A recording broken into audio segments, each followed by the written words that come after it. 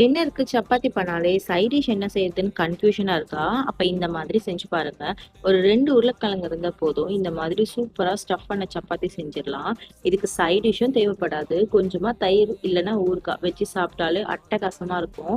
எப்படி செய்யறதுன்னு பார்த்துடலாம். ஸ்டஃபிங்காக ஒரு மசாலா ரெடி பண்ணிடலாம். ஒரு கடாயில கொஞ்சமா ஆயில் போட்டுட்டு கடலைப்பருப்பு, சீரகம், ஓமம், கொஞ்சமா பெருங்காயம் ஆட் பண்ணிக்கலாம். உருளைக்கிழங்கு ஆட் பண்றதால இதெல்லாம் கொஞ்சம் அவாய்ட் பண்ணாம ஆட் பண்ணிடுங்க. இது கூடவே ஒரு துண்டு அளவுக்கு இஞ்சி எடுத்துட்டு குட்டி குட்டி பீசஸா கட் பண்ணி இந்த எண்ணெயிலேயே போட்டு நல்லா ஃப்ரை பண்ணிக்கலாம். இது நல்லா பொரிஞ்சதுக்கு அப்புறமா ஒரு பெரிய சைஸ் வெங்காயத்தை நீல வாக்குல கட் பண்ணி ஆட் பண்ணிக்கிறேன். இதுவும் நல்லா வதங்கட்டும். எல்லாமே ரொம்ப ஃப்ரை ஆகணும்னு அவசியம் இல்லை.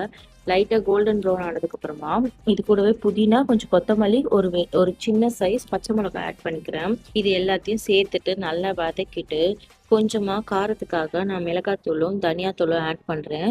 கொஞ்சமா கரம் மசாலாவும் ஆட் பண்ணிக்கலாம். வாசனையா இருக்கும். ஸோ இது எல்லாமே ஆட் பண்ணி நல்லா வதக்குனதுக்கு அப்புறமா வேக வச்ச உருளைக்கிழங்க இதுல மசிச்சு நம்ம ஆட் பண்ணி வதக்க போறோம். இது கூட தண்ணி எதுவுமே ஆட் பண்ண வேண்டாம். தண்ணி சேர்க்காம இந்த ஆயில்லயே இதை நல்லா வதக்கி எடுங்க. உருளைக்கிழங்கு மசாலா ரெடி ஆயிடும். மசாலால கொஞ்சம் கூட தண்ணி சேர்க்காம இருந்தா தான் உருளைக்கிழங்கு சப்பாத்தி நம்மளுக்கு ஃபோல்ட் பண்றதுக்கு கரெக்டான பக்குவத்துல வரும். ஸோ தண்ணி சேர்க்காம செஞ்சு பாருங்க. இந்த மாதிரி மசாலா எல்லாமே நல்லா ரெடி ஆனதுக்கு அப்புறமா இறக்கி வச்சுட்டு இப்ப சப்பாத்தி மாவுக்கு ரெடி பண்ணிடலாம். நான் ஆல்ரெடி சப்பாத்தி மாவு பிசைஞ்சு வச்சுட்டேன். இப்ப இந்த சப்பாத்தி மாவு கூட இதை எப்படி ஃபோல்ட் பண்றதுன்னு பார்த்துடலாம். மாவை நல்லா இந்த மாதிரி திரட்டி எடுத்துட்டு கொஞ்சம் திக் லேயரா எடுத்துக்கோங்க. மசாலா வெளியில வராம இருக்கும். ஒரு டேபிள் ஸ்பூன் அளவுக்கு உருளைக்கிழங்கு ஸ்டஃபிங் வச்சுட்டு நல்லா ஃபோல்ட் பண்ணிட்டு மேல கொஞ்சம் மாவு டஸ்ட் பண்ணிட்டு ரொம்ப ஜென்டலா பொறுமையா ஒரு ப்ரெஸ் கொடுத்துட்டு கொஞ்சம் கொஞ்சமா தேய்ச்சி விடுங்க. தேய்ச்சதுக்கு அப்புறமா எடுத்து அப்படியே கடாயில போட்டுடலாம்.